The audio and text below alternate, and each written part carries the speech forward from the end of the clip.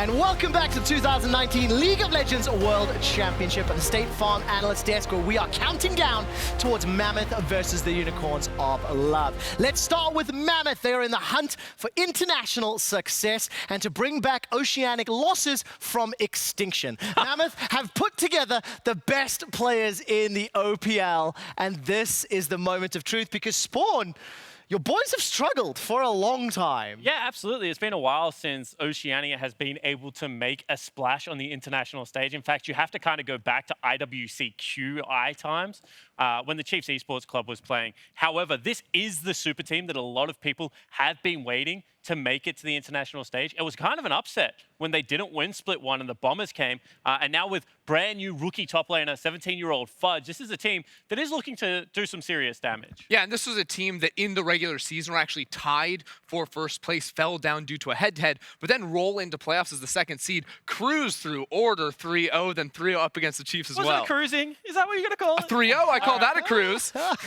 Well, look, is this the team that is going to make the region proud? We spoke a little bit about it on Countdown earlier today, and you had a lot of high praise for many of the players on this Mammoth roster, and now they're also coming up against a UOL who picked up a surprise win earlier in the day. Yeah, absolutely, and I think that this is the kind of team that would have taken a lot away from that win. They would have said, this is proof that anyone can beat anyone, that this is a wide open group, and that if we are able to have a very good game versus UOL, all of a sudden, maybe it becomes a race to beat Clutch out if this Unicorns team is certainly top dog. And the difference between this team and previous OPL teams is they don't have a cemented style. They're much more fluid. Triple is a big carry for this team, but they could also play around Fudge.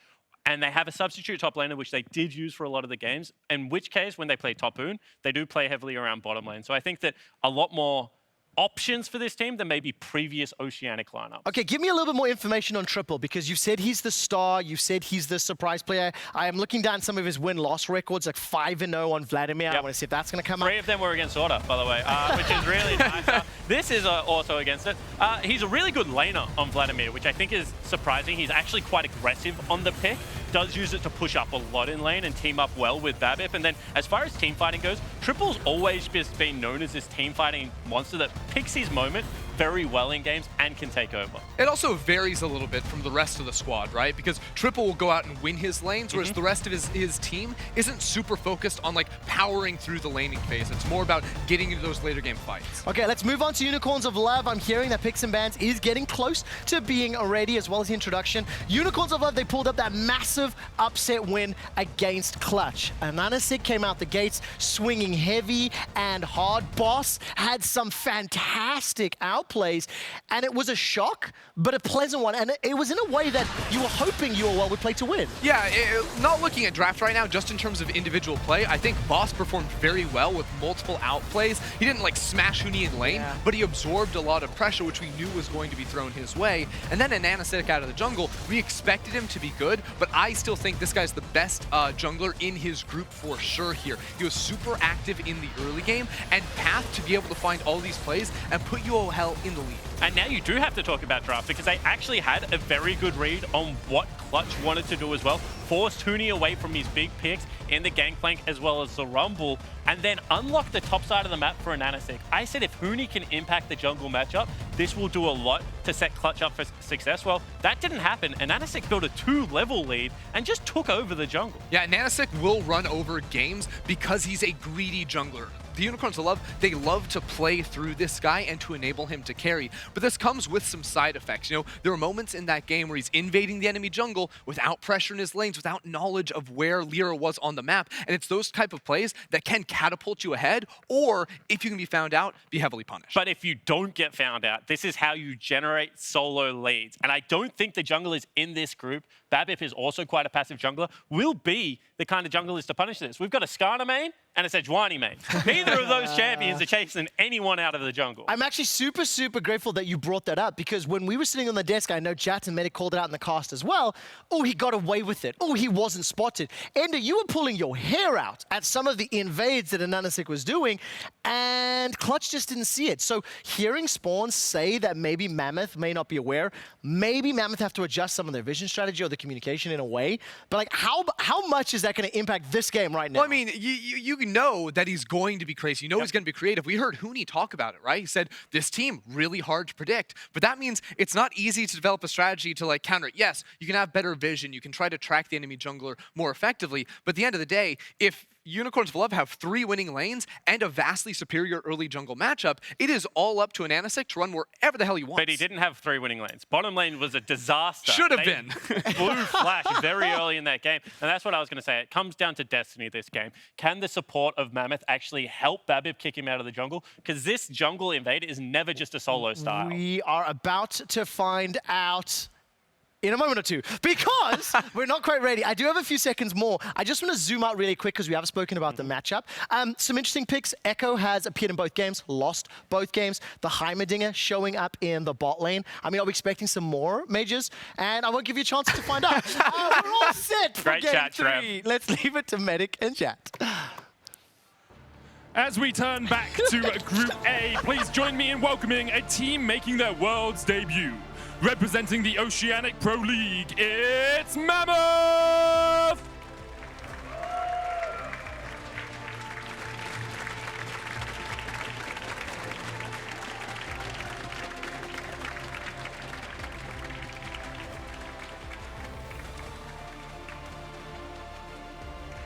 Take your seats and we'll see you on Summoner's Rift.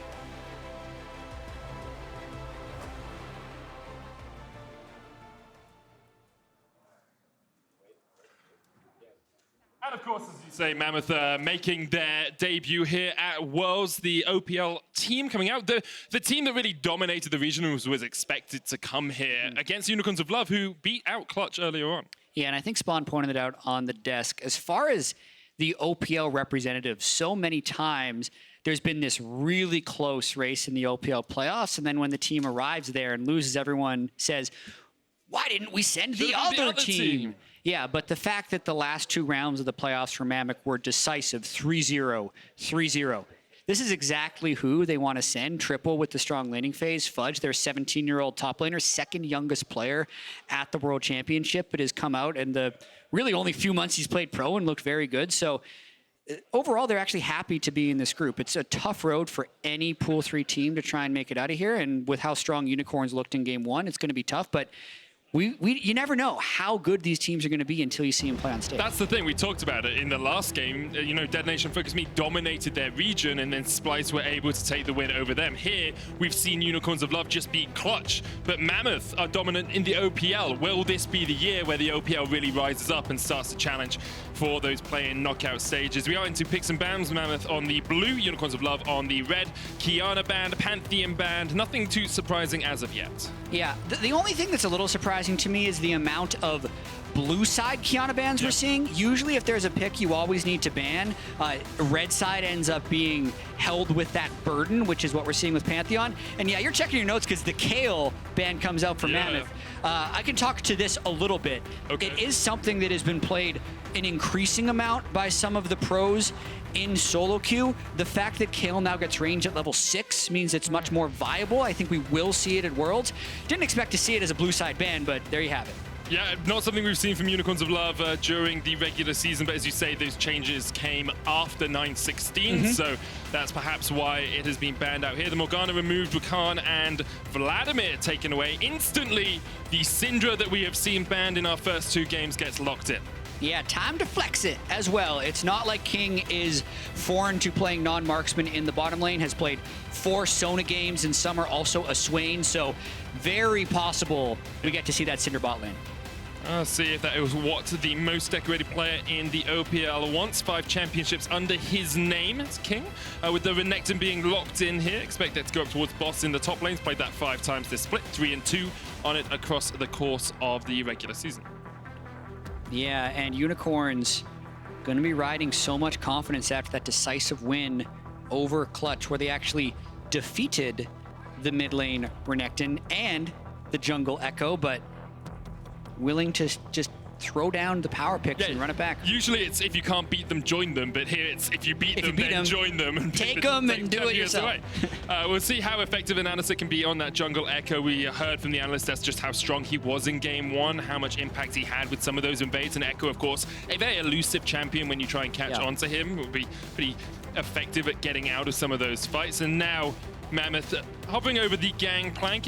Fudge is a player that, as we've said, is only 17 years old, very young, but has had a huge impact since he joined this team on picks like the Gangplank top. Yeah, I do wonder if they're just going to follow the Renekton around the map with that GP. Yeah. I'm not completely opposed to that possibly going mid lane, just with how much flex picks we've seen. But yeah, Mammoth definitely switching it up a little bit. Yeah. And a Skarner for them as well, which is not too uncommon for Babip. Now, three games on it, 3 wins for Babip out of that jungle role, and likes those champions where he can farm up and then have some impact around that level 6 mark. Do it. They didn't No do ASOL. it. They didn't do it, Jack. I want to see So close. new ASOL with an active W, so his stars come out and shoot really fast for a few seconds and then go away. It's the tumble dryer, I Yeah. believe, or the speed spin. Yeah. The Kai'Sa will be locked in. That'll go down towards Innaxe in the bottom lane. Of course, that is his most played. It's usually more effective on sort of the off-meta AD carries, the off-meta bot laners like the Heimerdingers, like the Garen Yumis, rather than things like the Kai'Sa. But Unicorn's here saying, well, we can remove some more of those AD picks. Yeah, I mean, for a team that was so successful, 12-2 in the regular season and then the league champions, the fact that he's 2-4 on Kai'Sa, not the best sign. I actually have some concerns about this pick if we do see Syndra bottom lane, because there's a relatively amount of short range on Kai'Sa, and you could get a lot of kill pressure with the Syndra, but maybe just respecting the power of the pick, wanting to ban out opponent AD carries. It almost seems like they're not expecting this Syndra to go bot whatsoever. It's possible that Syndra could be mid lane, but most of the Syndra I've seen has actually been bot leading up to this. King historically is an AD bot lane player. He plays marksman. That's what he has always done. Has like 1 Swain game and I think 1 Sona game this split. 4 Sona games, yeah. Sorry. So yeah, maybe he will go towards the Syndra. But we will see. It's an all-purple bottom lane as the Alistar gets locked in for Edward. He likes those champions where he can go in, where he can be the primary engage for the team. And now Mammoth we expect their support and their mid laner left to pick. Or wherever the Gangplank is. You can flex it. That's the nice thing about picking Syndra early. Again, Ashe is another pick I've been talking about a lot. Trist can also go in the solo lane.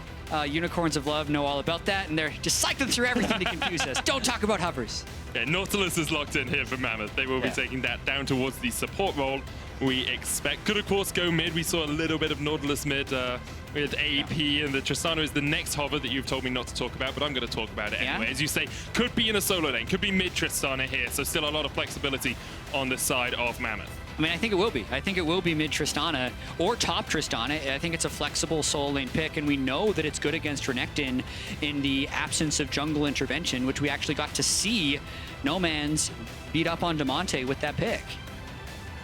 We did. Unicorns of Love here looking towards their mid lane, you have to expect. Nomanz has a wealth of options left open. The Corki is his most played this split, but saying that he's played it 4 times and everything else he's played 3 or 2, so he's got a huge champion pool. With the Corki locked in though, we can see the compositions finally taking their fully rounded setups. Anything surprising here for you? I'm a little surprised that Nomanz is still on Corki despite the fairly substantial nerfs he saw on 9.16. And I will be surprised if that Syndra doesn't end up going bottom lane, because I think it would be a very good matchup against the Kai'Sa, but they have 5 more seconds to swap it if they so choose. Right now, it seems like it is going mid. We have seen Syndra into Corki before. Okay. Expect the Corki, if they're feeling pressure, to get an early Hex Drinker. That tends to be the way of things. It does delay the Triforce a little bit. It means that Nomanz doesn't hit his earlier power spike as he usually would, but you can be pretty safe into that matchup on the side of the Corki. Yeah, first Syndra game for triple in summer, but the overall balance spread of the team is totally fine. I do like the Gangplank into the Renekton, not from a sense that it will dominate, but because I think it is actually a decent laning pick against Renekton and can stop some of the free gank setup Renekton has, since he gets the oranges from whenever he decides to put a skill point in W. Yeah. I mean, it's actually really interesting to just see like how many picks these teams are choosing that they haven't played in the regular season, or that we haven't seen them play. Of course, meta's shifted over the last 3 patches, but Fudge hasn't played Gangplank. We haven't seen Triple play the Syndra in summer, as you said.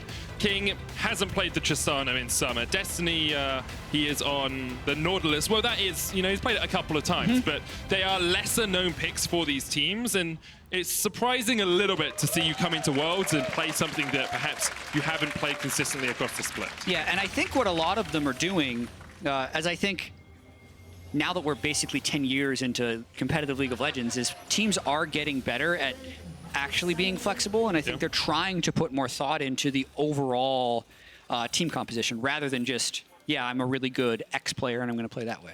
That makes sense. I think the age of just being good at one champion to be able to be competitive on it is kind of fallen by the wayside, especially you know, with 5 bans coming in quite a long time ago. It makes it a lot more difficult for you. But let's talk about kind of the expectations early on for these two teams. Usually we see Skarner's farm up, and there's a lot of farming tools on the side of Mammoth. Unicorns of Love have the Ekko jungle, could look for some of those invades. Is there anything you think we need to keep our eyes on in the first 5 to 10 minutes of this game, Jat? Yeah, I want to see if AHaHaCiK decides to try and steal any camps from Skarner early on in the game. Skarner's one of the fastest early clear junglers, and generally will end up doing a Predator gank pre-6, but for the most part, we'll do a full clear.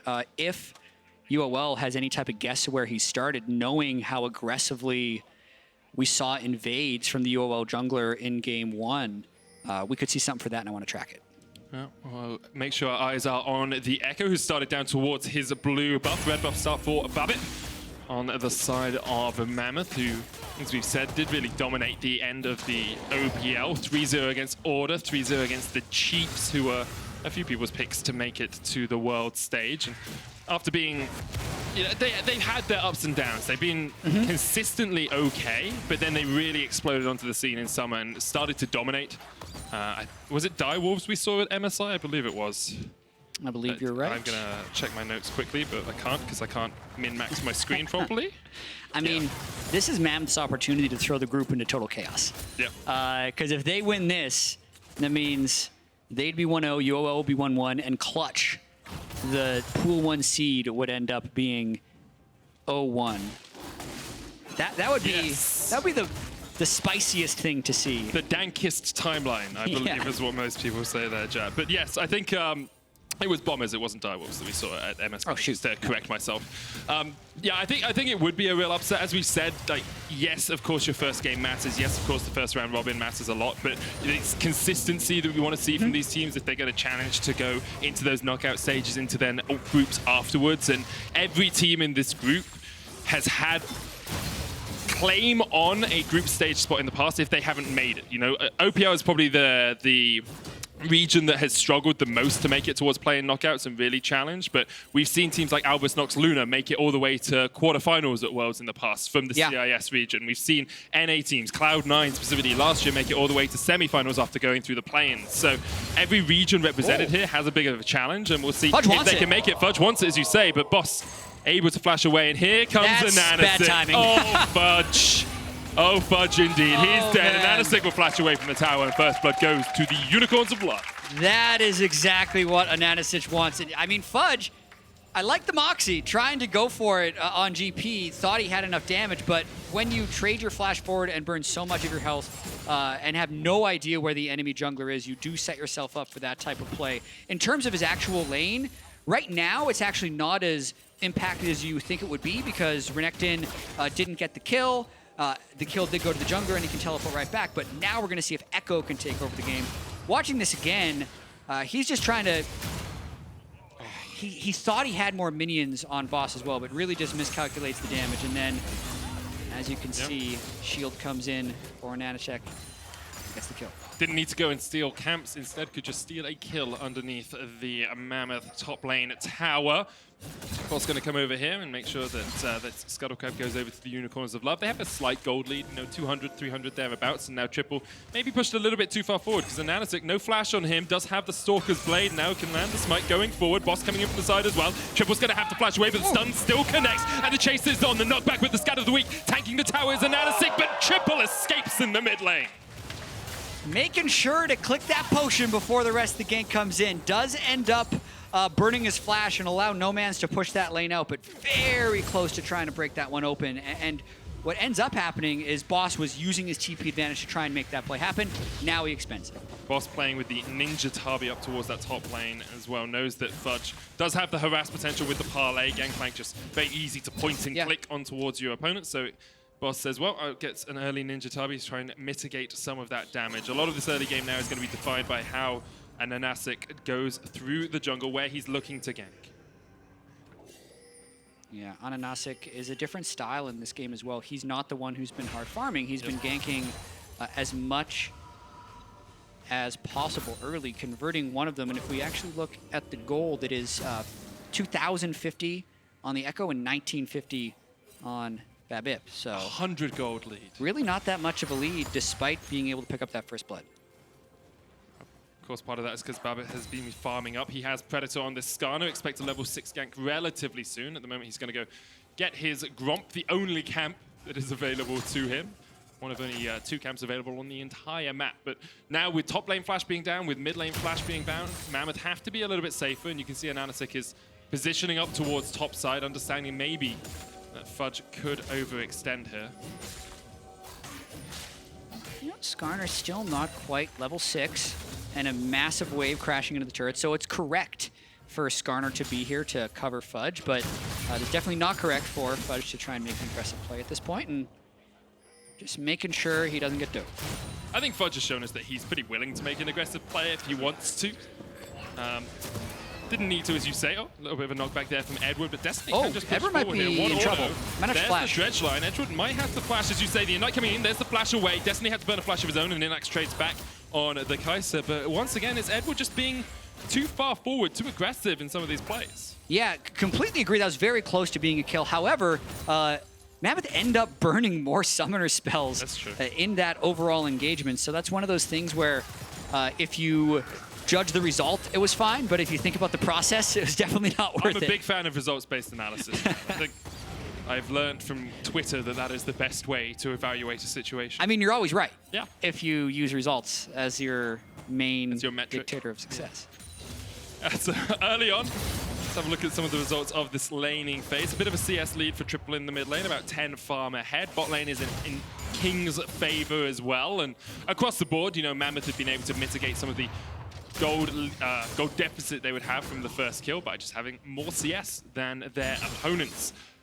The 7-minute mark, we've yet to see Babip have his first effective gank, but at the moment it looks like he's hiding in this bottom lane bush alongside Destiny. Yeah. If they can get a gank off before Edward gets his Alistar ultimate, it's basically a free kill. But that is also why UOL is sitting back at their turret in that bottom lane. Yeah, playing very defensively there. The double pickaxe from Kai'Sa trying to get towards that Acathian Rain upgrade, evolution as quickly as possible. And the thing about Mammoth here is they're saying, oh, okay, we can't get the kill, that's fine, we'll just go for Dragon Pressure. We know we have 3 players on this side of the map, it's very easy for us to push towards this first objective. I mean, thinking about just the way the lanes are playing out, they're winning mid lane with the Syndra against Nomanz's Corki as he's trying to scale up. They're actually definitely winning bot lane. They have the shove on Innaxe basically the whole time.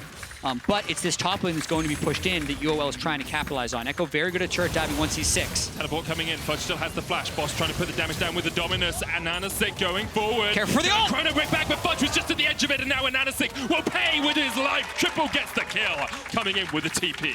Big outplay by Fudge right there. You could see the Ekko shadow just daring him to take it, and it's a crisp sidestep right at the edge by Fudge, right at the end by Fudge's Gangplank, which also allows Triple to pick up that kill and narrowly pull Mammoth ahead in the gold.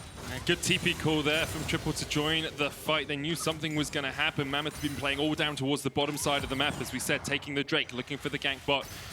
And Unicorns of Love were not going to give it up without a fight, but here we go. We'll see this once again. You have to just look at how close Fudge was to getting caught by this chrono break. Yep, so he makes sure he doesn't get caught by the first W. Also, UOL, I think, a little slow on that dive. You'd like to get the shield on Ekko at first. And you saw how close that was on the chrono break to actually getting the kill. You got to watch out for it.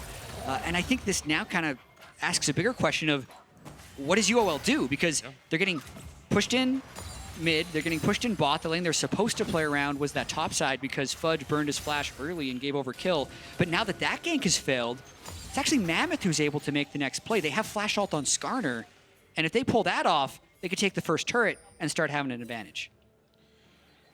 It's been a long time since these two regions faced up against each other. It's IWCQ, the International Wildcard Qualifier in 2016, where Albus Nox took the win. Here, Mammoth trying to turn things in favor of the OPL, of the Oceanic region, who has definitely been the little brother of the two across the course of the years. Here, Unicorns of Love have tried to react to Mammoth pushing in this top lane by bringing up 3 players of their own, and AHaHaCiK was on a ward now. Is on a control, and Mammoth should be aware that there is a jungler just waiting around the corner. Yeah, doesn't decide to use Predator early, really just getting control from maybe a Rift Herald fight. I also find it funny. Clutch was the team that always just rotated everyone up to Rift Herald at 10 minutes. Yep. It's like Mammoth and UOL are in the Clutch group. Yes. So they said, you know what? Everyone play for Rift Herald around 10 minutes. Let's do the lane swap. We got to make sure that our bot lane is there in case there's a Rift Herald fight. And the logic behind it is very sound. If the dragon is down, there's nothing to fight over in the bottom side of the map. It's true. Rift Herald's up here. If you have more players there, you're more likely to get it. So you might as well increase the numbers you have on the top side of the map, play for it, and then look to try and take plates with the Rift Herald afterwards. Unicorns of Love, realizing that Mammoth had started it up, will just clear them out from the river for the moment, and it's all square once again in the river. Basically nothing between these two teams early on. 11 minutes in, it's been pretty even. Key carries we have to look at as the game does develop. How close is Fudge towards getting, 2-3 items on this Gangplank? How far scaled into the game is he? Because Boss will fall off on the Renekton. He can still have impact in fights, but he's not going to be doing as much damage as someone like the Gangplank. Yeah, and I also want to see how Innaxe performs in middle late game team fights on a highly demanding carry. We saw on Heimerdinger against Clutch, he was effective, but it was really a disaster early on in the lane. They were just able to kind of hold on. So that will be a test later in the game. You can see Boss trying to assert his dominance in the bottom lane, but Fudge is having none of it, just clears him out with a parlay, forces him back. Meanwhile, AHaHaCiK is on his way. And keep trying to dive him. Let's see if this one works. Unicorns of Love have had the same strategy over and over again, but look at how much damage Boss takes. I mean, he just cleared the minion wave and now has time to back off, you would think, unless... Oh. No, he's going to stand his ground. Yeah, he stands his ground. Fudge is having none of this.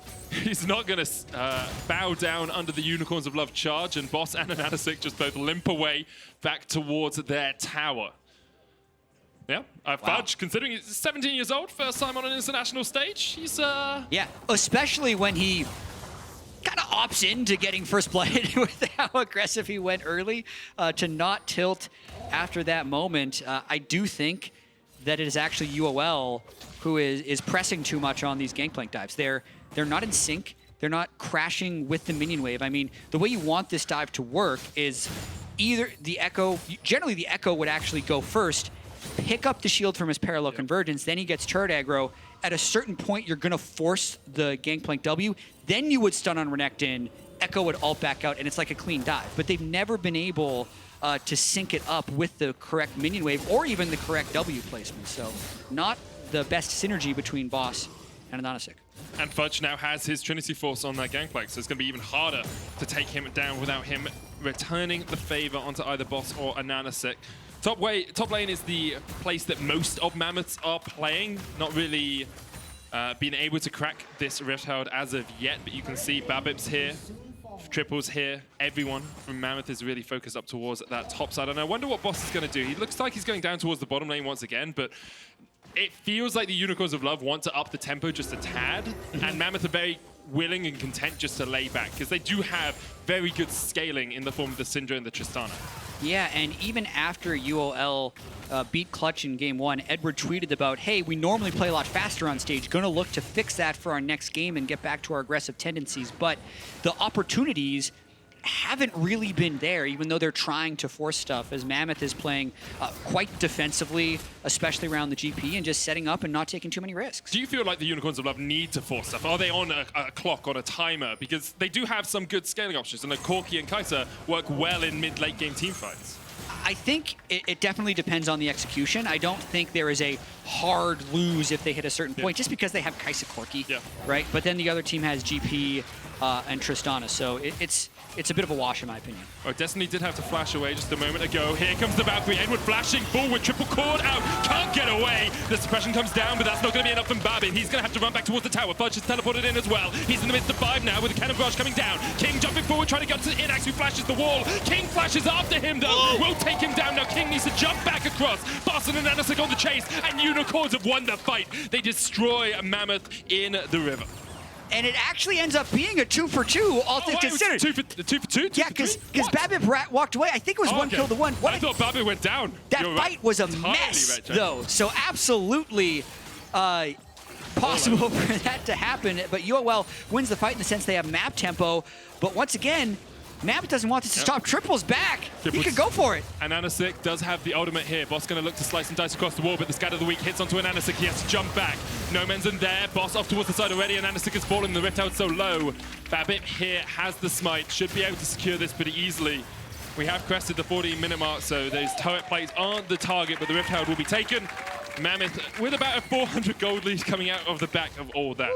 This game has yet to break open, even though it's possible. And the way that fight kind of developed, it kind of had shades of a lot of previous OS Worlds appearances where things are looking good and then they're just completely disorganized when the fight actually happens because Triple gets caught out by the package and then with no flash is caught, and then you're wondering, okay, Skarner, this is going to be one of those things where it's one after the other. You look at Fudge, he teleports in, his team's not there at all. But right there, King finds the pick onto Innaxe's Kai'Sa, executes him, and is able to get out. And that just distracts the rest of UOL so much that also allows them to take down Edwards. So even though it felt like UOL had a way better initiation, they don't get the result. They end up losing the war, so to speak, because when they went back to the Rift Herald, they lost their jungler and the Herald. Yeah, a chaotic fight, confused me to say the least, never mind the players in the game. Babip's here is going to get the second dragon of the game. It's an Ocean going across towards Mammoth, and they can see how they do these next steps, because they've got the Rift Herald now. They can crack one of these towers open, yet to have a turret fall in this game, coming up towards the 17-minute mark. But now you have Infinity Edge finished on King, you've got Ludens on Triple, and Unicorns of Love are in an okay position in terms of itemization, but you haven't got a fully stacked Manamuna, you haven't got the second item completed on Innaxe yet. Nomanz does have his Trinity Force, but it looks like Mammoth are looking for a play towards him, down He's towards flashless. Flashless. Babip, yeah, just yanks him right back into the Unleashed power. The Dredge line hits as well. Babip almost falls, but Mammoth will take the kill. And I expect Babip to use the Rift Herald down towards this bottom lane as well. Charge that one up, and charge towards the tower. Yeah, Babip misplayed that because he was about a half second early and got turret aggro when he didn't have to. Nearly cost him the kill, but he ends up getting away with that one. So good crash there by Mammoth to be able to take down the first turret of the game with that Rift Herald and end up picking kill. They'll get a charge onto this one at least, but likely won't be able to stick around for the turret team. Yeah, I think AHaHaCiK should be able to get across here in time, as you say. Triple just backing away, doesn't want to risk getting caught out, even though they have okay vision in the blue side jungle of the Unicorns of Love. The Rift Herald will put quite a lot of damage down, and real close. Almost. Are they gonna get it might go down. That's 2 towers for the Unicorn, for Mammoth, sorry. And about 1,000 gold lead for them coming up towards that 20-minute mark. But you have to look at next steps now. Yes, you cracked open that bottom side of the map. How are Mammoth now going to use that? You're looking for picks with Babip. Predator running straight on towards the Unicorns of Love. If he can get there, if they can catch someone out, you then have a huge amount of follow-up damage onto that single target with the Unleashed power. So Mammoth will want that vision control. They'll want to try and catch one player from Unicorns out. And if they can't do that, Unicorns can continue to scale up with this Kai'Sa and Corki. Yeah, might see another Predator gang coming shortly from the Skarner if UOL ever tries to set up. And if you're comparing Mammoth's macro to a lot of world-class teams, that would be one place you could look and call it a bit of a weakness. So it's not a certainty that they can take a small lead and turn it into a big lead. Sometimes their side lane control is a little bit weak without being able to take advantage on the other side. You see here, it's like 3 people are down bottom lane, and Mammoth isn't getting any type of turret damage. But if they can get a kill here, maybe they'll turn something into it, and I think they have. Yeah, I think that's pretty easy for them. But Babip isn't even going to burn his Impale. It's another kill for Mammoth up towards the top side. As you say, it is about what they get out of that, right? The wave is all the way pushed towards their tier 2. They're not going to be able to break open that tier 1 in the top lane. And it looks like Edward here. He wants something. Hex flash. Will he go in? Mammoth playing incredibly safe Fudge on his way up. Here goes Edward, in with a Hex Flash. Parallel conversions off towards the bottom side of this. But so far, Ekko has done some work. Hasn't done as much perhaps you'd want. Nomanz gets hit with a depth charge. Babip gonna help King just put in a little bit of chip damage, and meanwhile, Triple is able to get some time alone with that top lane tower. So the kill onto boss has actually paid off here for Mammoth. Yeah, Triple is getting really big in this game as he's able to pick up solo turret gold. 8,800 gold, 1,200 more than Nomanz. So tale of two games here. Nomanz, after dominating in game one, Tristana versus Renekton here, trying to play the Corki into Triple Syndra, and Triple kind of just roaming around on Syndra of all champs to pick up these kills and get a lead. And this is what we tend to see from Mammoth. Triple is their key carry, tends to be ahead in lane, but they also put a lot of resources into him. He actually gets this 22.8% of his team's gold, which is the second for mid laners in the OPL, and 27% of the CS on the map between 15 and 30 minutes, which is, again, second for mid laners in the OPL. So they know that if they put resources into him, he tends to get them advantages and get some wins. Yeah, and there's not a huge amount of stuff that UOL can use to close the distance onto Triple. It's, if anything, it would be a really good dive by Ekko, but he's so far behind that he's been getting blown up if he tries to go in. So a pretty good position for Mammoth as they look to just put this group into chaos. This group will be absolutely just all over the place if this happens. Remember, Unicorns of Love beat Clutch earlier. If Mammoth, the third seed, then beat the second seed, yes, Clutch, didn't have the best of performances, but you have to then wonder, how do Mammoth play into Clutch? How do we see when we get to the second round robin who's going to beat who there as well? Because the top two teams do go through to the knockout stages. Now, Destiny looking for the engagement to Edward. Look at the damage coming out from the Scan of the Week. The jump in from Analyst with a knockback with a Buster Shot, and now the re-engage coming out. Babip flashing forward, and that's a rampage for Triple. Valkyrie away from Nomanz. He used the package to get the hell out of dodge, but Mammoth have already got their one kill, and they can push towards this mid lane tower. All right, there's still a lot of ultimates up for UOL if Mammoth try to go too far because they burned all of their ultimates in that last fight. Edward might be going for something. Hex Splash isn't going to go the way he wanted it to, and he's stunned up. He doesn't have the ult. Can't quite hit with the Dark Sphere there, and Fudge just forcing Unicorns back. That mid lane tower has been opened up. The Unicorn's going to get just a little bit of chip damage back on towards Mammoth, but for now, Mammoth will reset, regroup with a 3,000 gold lead. They are well in control of this game. They got to be feeling pretty good with those 5 kills onto Syndra and how they're routinely dodging out of these Ekko engages and really keeping Edward flashless and ultless so the Alistar isn't able to go in for the reliable stuff, right? If Unicorns of Love had tempo, Edward would be able to dictate a lot of these things, but I feel like Mammoth is getting just enough to stop UOL from being aggressive, and then that's allowing them to wait on Skarner flash and the Skarner ult to get the fights that they want. It definitely is. Mammoth in such a strong position now. There's another Ocean Drake for them if they want it. It's not the most impactful, but you'll take it. You've got one in your back pocket. You've got a mountain, helps you with that regen. And I want to bring attention to the amount of control wards that Mammoth are coming back onto the map with as well. They've got 2 in the inventory of Babip, Triple, and Destiny, and a spare on the side of King. Compare that to Unicorns of Love. They've only got 2 on their entire team. This gives Mammoth the opportunity to get total vision control around the Baron, around the Dragon if they want it. But, of course, you have to use those control wards well. So we'll see if they're able to do that in the next few minutes. Yeah, and overall, I think they were wishing they were getting mountains, infernals, or clouds rather than oceans at this exact moment, just because there's not a huge amount of poke that comes out from UOL, and there's not a huge number of mana dependencies on Mammoth, so they're kind of just clearing the Ocean Drakes to try and get to the good ones. In 8 minutes, that infernal will be big, but if they get this shutdown, it's huge. Lots of damage coming down, and that's the kill. Triple shutdown. Nomanz will take it. Edward and Nomanz in the right place at the right time. We said they didn't have that many control wards, but they had the control ward where they needed to be over that wall. That's where you got to be. Big shutdown, and it also goes on to Nomanz, one of the best scaling champs on their team. We'll see how much that delays Mammoth, because that's the thing about this, is not, Unicorns won't be able to take too much out of this. You can steal away a blue buff, you can get a bit of chip damage on the tower, but really, you're just stopping Mammoth from taking their next step and waiting for those 2-3 items complete. Already, Innaxe has got the Ginsus alongside the Manamune now, and you're building up towards a rapid fire cannon on the side of Nomanz. When you get there, it makes it so much easier for them to get this extra chip damage, this extra little bit of poke down onto Mammoth before those fights really erupt. Yeah, still absolutely anyone's game. It is interesting that only Innaxe has paid the Skarner tax with QSS, but we haven't necessarily seen Skarner be able to take over the game. So still some more forcing that you would want Mammoth to be able to do. But if we look at the map now, the control wards have been down and they've cleared out a lot of vision. So they're looking for picks around this Baron area, or they'd look to just take the Baron if UOL shows too many people in lane. Boss down towards the bottom side, 2 people in mid here for the Unicorns of Love. Mammoth setting up for the fight. It has been 5 years since an OPL team beat a CIS team. Wow. The Gamescom in 2014, where Legacy took down the Dire Wolves. They lost to them in the end as well. They weren't even able to take them down across the series. They just got a single win against them. Mammoth trying to change fortunes that have been 5 years in the making. Here, look at that vision control. This is what we talked about with the control wars. They have total awareness of the Unicorn's red side jungle.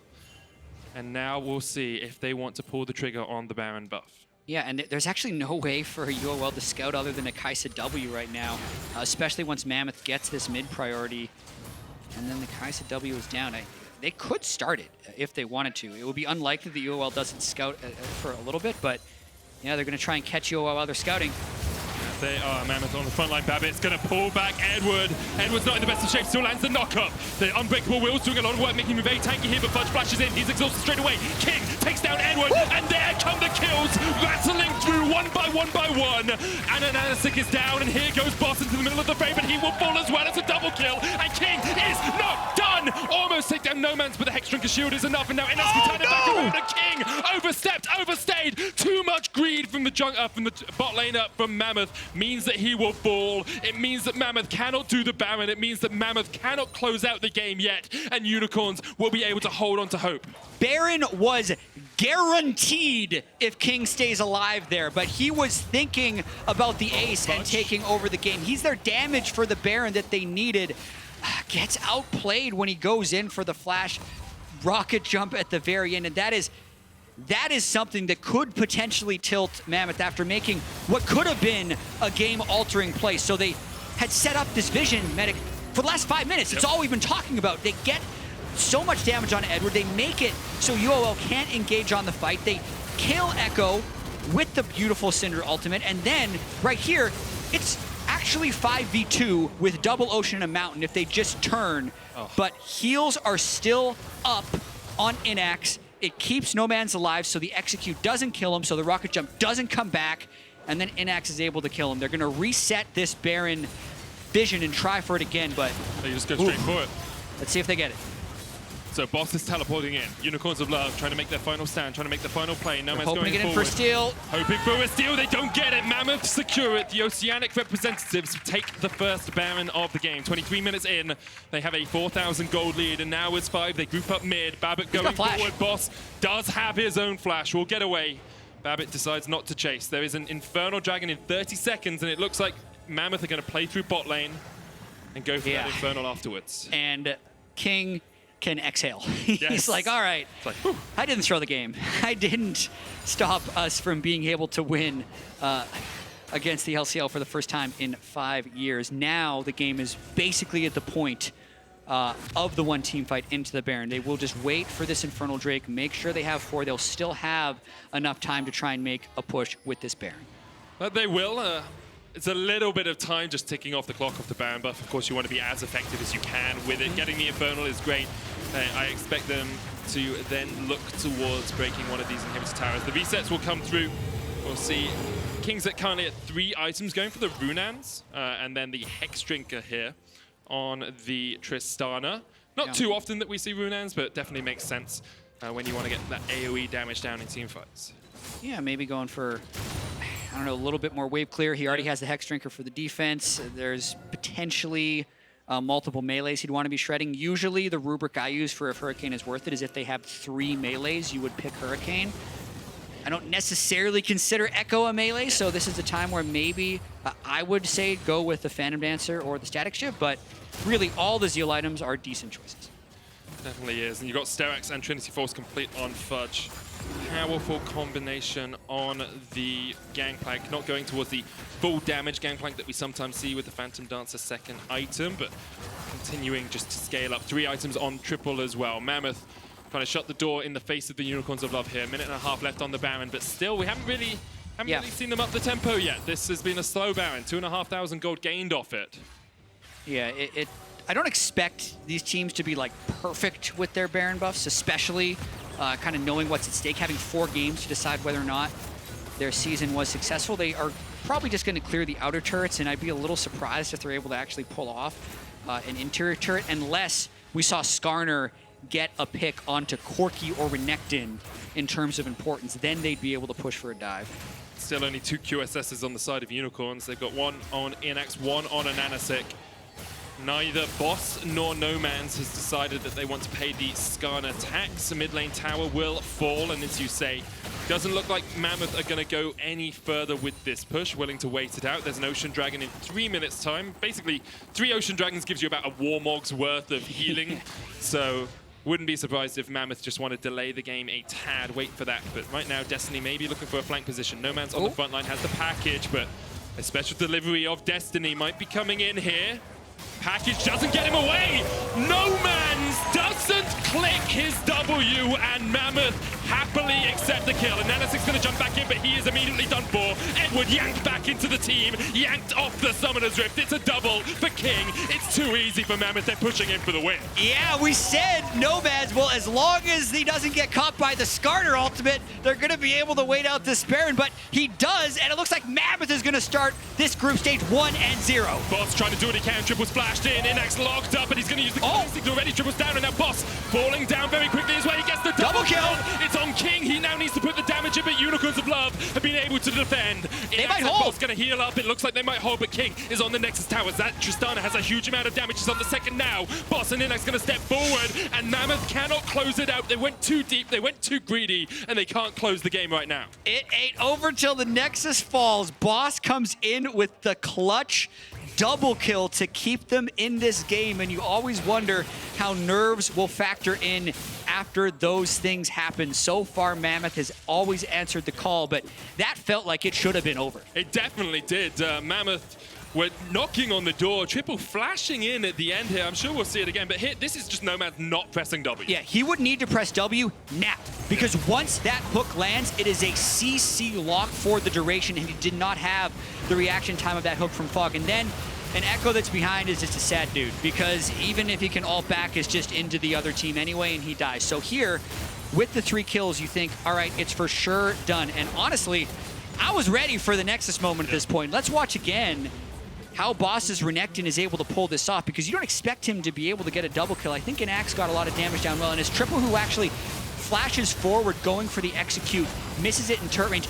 None of that had to happen. If they just sat back, grouped properly, and sieged the turrets, when Renekton comes in, they all could have turned and focused. But when you flash forward for that type of play, you're exposing yourself, and I think that's a misplay by Triple. Yeah, all it takes is a scat of the week as he tries to slice and dice towards you, and then he can't get on your team. King opens up. It's pretty easy. Destiny's there to CC lock him as well.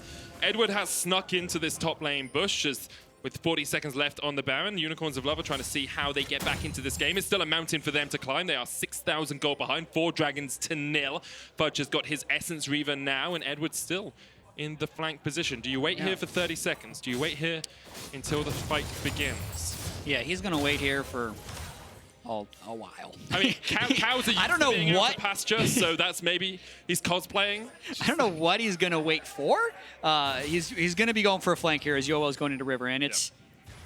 Oh, it's a flank on Babip. Yeah. Is that who you want to knock into your team? Apparently it is. Babip gets knocked in. Boss on the front line. Babip down to half HP already, and perhaps the flank was next level. 4D chess being played here by Edward. Everyone else is playing TFT, and Edward is just the next week with how intelligent that play was. I'm very surprised it worked as well, but you got to give him credit where credit's due. Absolutely. I mean, that's the type of stuff you're trying to pull out when you're down 4 Drakes and 6k gold. Fudge is also now pretty deep in enemy territory and has got to make a retreat. UOL is going to be on the hunt. Mammoth has got to make sure this game doesn't get out of hand. You said it during the mid game when we saw that really messy fight around mid. You were like, this tends to be how OPL games go. They look really good, really composed for a while, and then they get super messy.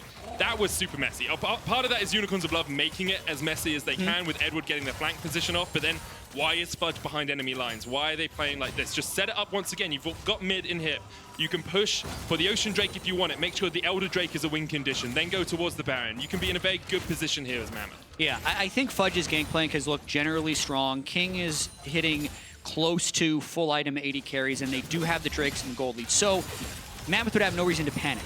However, there have been two very key moments where it is clear they have gone for the big play. Actually, 3 big moments where they've gone for the big play and failed. Fudge's first blood, King's rocket jump flash in mid lane, and Triple's flash at the Nexus turret. So there are definite nerves coming in for Mammoth in what could have been a much more decisive victory had they not gone for those overreaches. So they need to be very careful throughout the rest of this game to make sure they close it, because losing is one thing, but losing in a fashion where you over-regress on what would end up being 4 occasions if they make another one and end up losing the game could potentially just tilt them for the rest of the group stage. So I think Mammoth is in a good position, but you always have to wonder who's going to win this game. 30 seconds left on the mid inhibitor for Unicorns of Love. They now can step forward. They don't have to worry too much about those super minions pushing in. And AHaHaCiK clearing out vision. Control wards in the inventory of Mammoth once again. Want to see them use that vision setup like they did before. The Unicorns already caused 1 upset today, although this at the start of the game wouldn't have been counted as an upset. Right now, for them to win, this is an upset in my opinion. Yeah, Unicorns could be a part of 2 upsets in the same day. We would see, though, because Unicorns is hanging in there, and the vision control we saw earlier had been absent, but now with some mid priority, they're starting to get it back. Still 3 control wards in slot and 3 disabled wards inside the Baron pit. Mammoth going to be looking for that next pick, but there's more QSSs being picked up by UOL, so that Skarner is getting lower and lower relevance as this game continues. Yeah, Nomanz has one now. We saw him get caught out in the mid lane previously. He doesn't want that to happen again. Mammoth have pushing in the bottom lane. Top wave is pushing towards them. Unicorns of Love just continuing to delay the game. Almost completed items on Innaxe, sitting at 4 right now. 4 on the Corki as well, or 3.5. Now Mammoth have started up the Baron. Boss is down towards the bottom side. Unicorns of Love.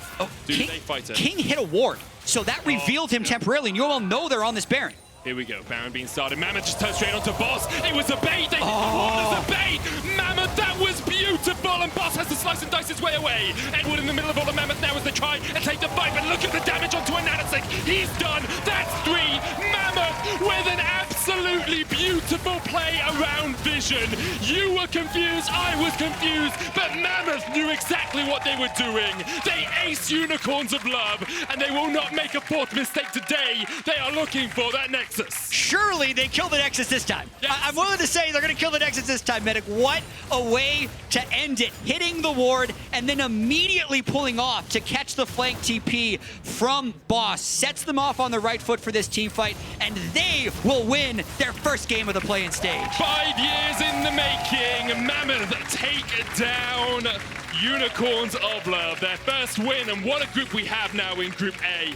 That is a spicy, spicy one to say the least. And that play at the end, that was composure, that was intelligence on a stage that you didn't expect to see after how many mistakes Mammoth had made during the game. Exactly. We know that they do have a few issues with their macro. We know that OS has a history of choking on the international stage, at least how they describe it, and they have to constantly play this game of, well, were we choking or are we bad? Believe me, I'm familiar with that game. It sucks to play. But in this game, they were able to pull through, and they make this group so interesting. So interesting now. Clutch sitting at 0-1, Unicorns at 1-1, Mammoth at 1-0. Of course, the top 2 teams go through, but you want that top spot. You don't want to be facing the likes of Damwon, the likes of Splice, likes of Hong Kong Attitude or Loki, whoever makes it out of Group C. You want to be in that seed 1 if you can. And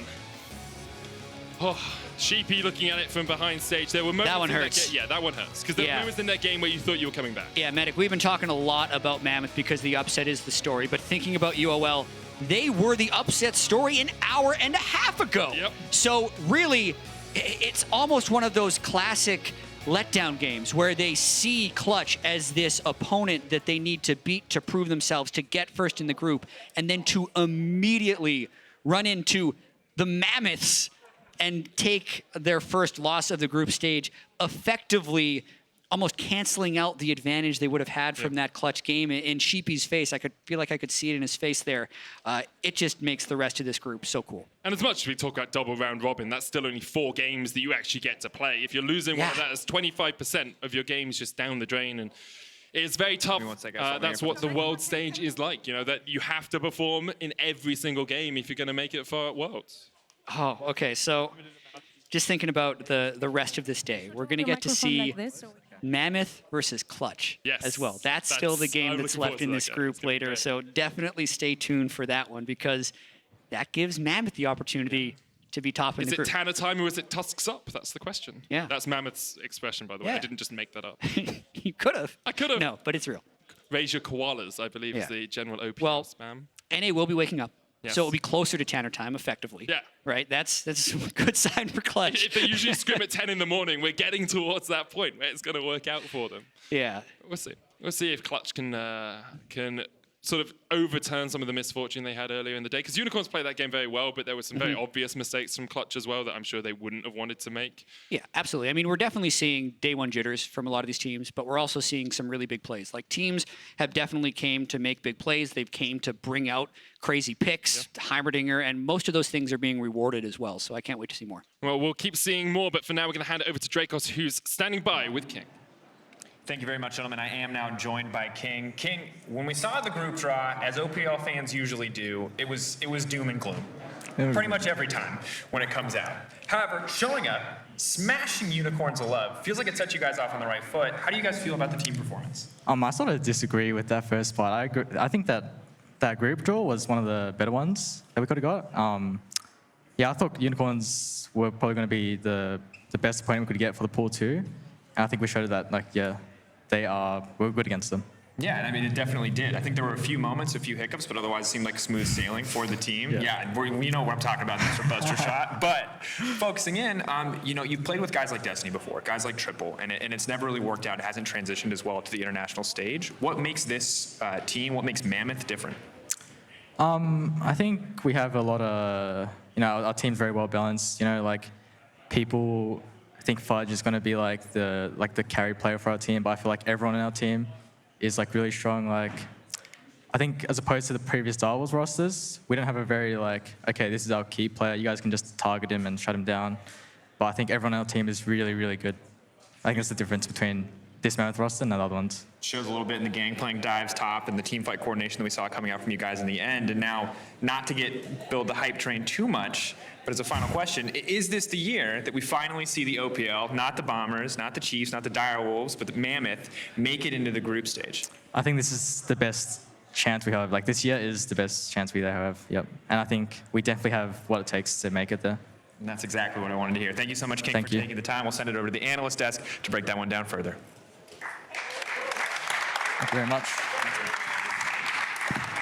The most well-rounded oceanic team in the history of the OPL comes to world stage, takes game one, and the koalas, Trevor, are well and truly raised. They absolutely are. Welcome back to the State Farm Analyst Desk. As you can tell, Spawn is very justifiably excited and happy after that victory from MAMMOTH. I'm stoked after that win, and the reason is because they just played such a well-balanced comp.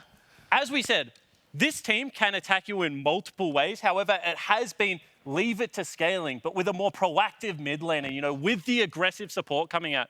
MAMMOTH had multiple times where they could have ran away with that game and blew UOL out. Now, that didn't happen. They still had to rely on some scaling, but at least they are giving themselves so many options to win this game. I think for me, specifically in this game, I loved Triple and the lead he was able to build up throughout that game through his roaming primarily and a lot of those skirmishes they took in the mid game, but also Fudge and his ability to just absorb all that pressure in the top lane. I mean, Unicorns of Love would not let this man breathe, but somehow he's able to defy them over and over. And the thing that I really liked is the very, very first almost kill in the top lane from Fudge into Boss. The confidence to flash forward. I think you said got Boss down to 11 HP. It didn't Yeah, it was pretty out. close. Yeah, exactly right. I mean, when you take a look at the willingness to take big plays on the big stage, remember, we're talking about a 17-year-old that is in his first split. The potion comes through, the health is ticking down. Ultimately, it leads to Fudge dying. But I think that MAMMOTH must look for these kinds of plays if they're going to come out of this group. Yeah, and you saw Unicorns of Love continue to try and force these plays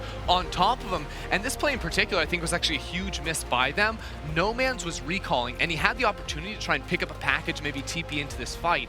Instead, it is Triple responding with the teleport underneath the tower, and then this dive just goes horribly, horribly wrong for the Unicorns of Love because they don't have the burst damage in one rotation of their spells to actually kill the Gangplank. And this is what I was going to say. The reason I don't like the Ekko is that he does not bring as much upfront burst damage as the other mages do. If that is a Gragas with an ultimate, that is a kill. If that is a level 6 Elise, that is probably a kill through the execution and an escape through the repel. AP junglers must be able to go with the early AD solo laners, otherwise it just does not work. And I think the caveat here is yes, when a target is 100% HP, a Lee Sin or an Elise do a much better job at fully bursting someone down, but the Ekko is probably the best champion when it comes to diving and cleaning up kills under towers because he can ultimate out and reset aggro. He doesn't have that big DPS ultimate in these situations, but he does have the out tool. So if they're going to make these plays happen, Boss needs to whittle the GP down lower like we saw in that first dive, and then it's so much easier. Well, just play Elise. Like, I am really not sold on this pick. If it's the out tool, the ability to live through these dives, there is a better AP mage from what I have seen so far that is not being touched so far this group stage. It has been 3 games. We need to see a few more cases, and I love the debate. I do want to shuffle us along, though, because one of the statements you said a moment ago was that Ekko's not the champion that's going to be able to, pop in there, or it was Ender was saying it was very good at cleaning up. I want to bring us back to Triple, because Triple cleaned up nearly every single fight. There was a period in that mid-game where it looked like UOL were donating kills to him over and over. Triple moved around the map, picked up a whole bunch of kills, and then he was just insta-gibbing kids in the mid to late game. Oh yeah, he was just absolutely slamming people because he got that double magic penetration build. It became very easy to just run down the Unicorns of Love. And I think what Mammoth showed, especially in this mid-game period, was just a much better ability to play side lanes. I think Unicorns of Love were spreading themselves thin on the map and not respecting strong weak side. Whichever side of the map Triple was on, that was the weak side for Unicorns and the strong side for Mammoth. And Mammoth were continually able to abuse that to get more and more kills onto this guy until it comes to the culminating team fight. Yeah, absolutely. And I think the impressive thing here was that Triple had some uncharacteristic mistakes, some missed scatter of the week. You know, a couple of all-ins that didn't necessarily go his way. He was showing the jitters, but the fact that they continue to once again look for those plays, to continue to set up, that just shows that this Mammoth lineup is different from Oceanic lineups, because in the past we have panicked, we've been jittery. The jitters were there, but the recovery was great. Recovery, the resolute gameplay was still apparent. You are so excited. I am very excited. Listen, this is, of course, the Oppo player of the game. Congratulations to Triple on the Syndra. Now, just before we move on to the standings and the impact this has on the group, let's not kid ourselves. There was numerous times Mammoth tried to give throw that game back, away. There was a few misplays here and there.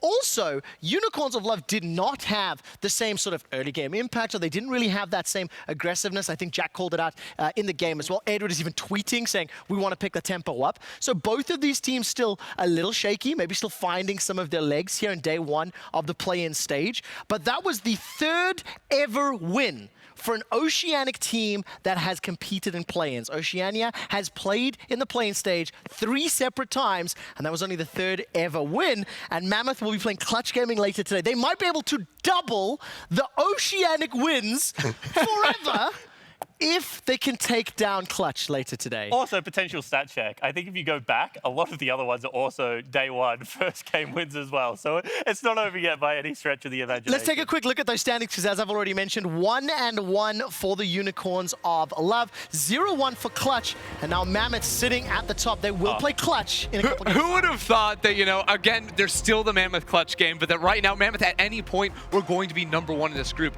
I think that is a very low percentage of people. But I do think that there are a lot of question marks coming in here. I mean, a lot of people had huge complaints about the Clutch draft in game 1. I thought that was super disrespectful. So I personally think that they will bounce back. But then also, I was a little bit more excited about the Unicorns of Love, but I think some of the lack of mid-game fundamentals were shown in this game, and that actually makes me much more cautious about them. I think Clutch's mistakes are easier to fix than the problems we saw with Unicorns. Well, we will find out a little later today. Analysts, Internet, Twitch chat, Oceania, I invite you to raise your koalas unanimous in favor of Mammoth. Coming up next, Isurus Gaming start their Worlds run against Detonation Focus Me, who are looking to bounce back. Raise those koalas, everyone.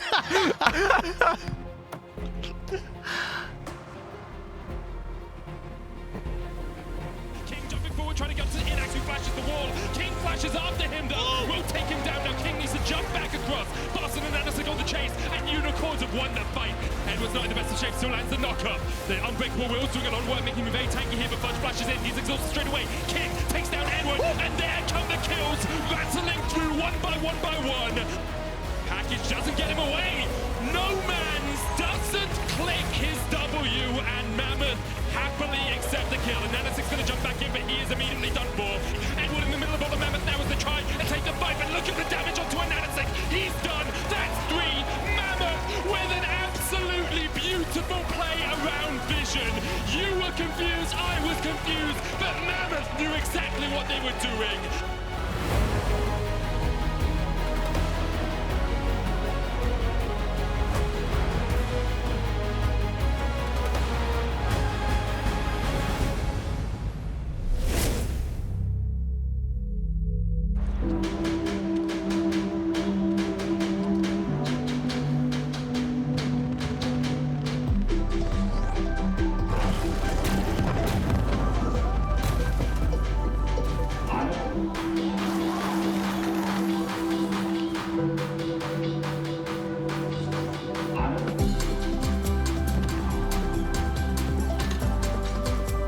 The new Oppo Reno 2 quad camera. Zoom into imagination.